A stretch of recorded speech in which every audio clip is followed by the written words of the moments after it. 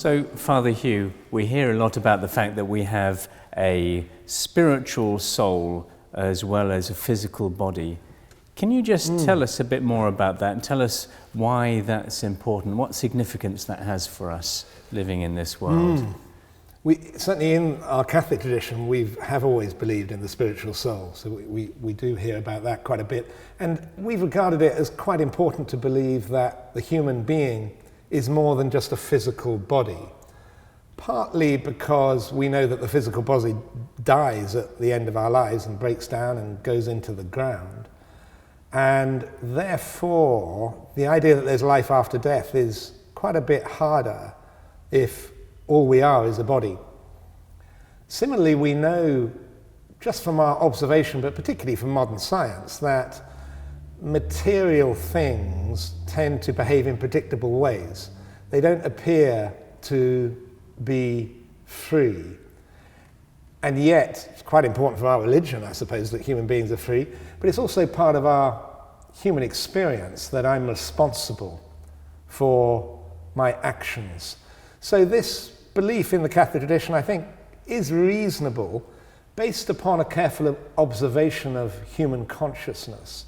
If we reflect a little bit about what it means to be a human being in his self-consciousness and as an acting person, then we can see that we do believe that we're free, that we're responsible. We have an experience of making decisions and of making choices in a world that's not so free, in a world that's predictable, in a world that seems to enable us to make these choices and take these actions.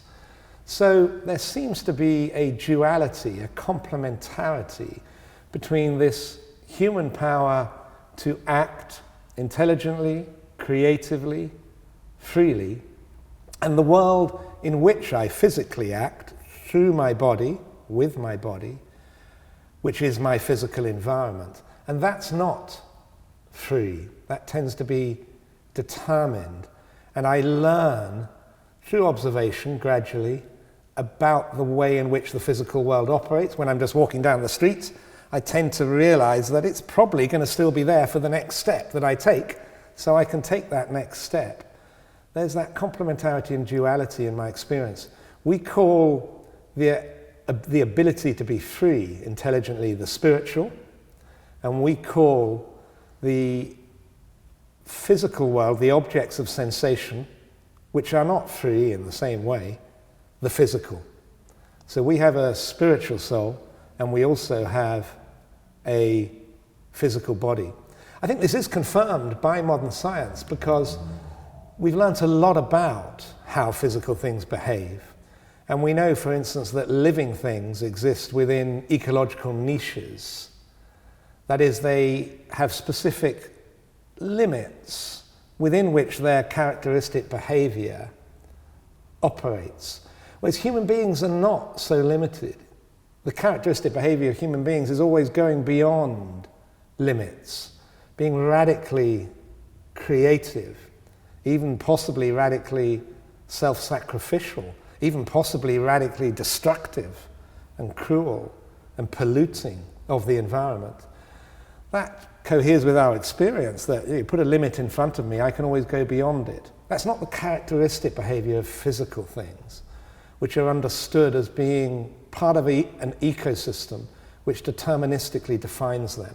So I think modern science supports this understanding of what we are conscious of, which is being free in a world that is not free. So all of that is evidence that we're more than human bodies.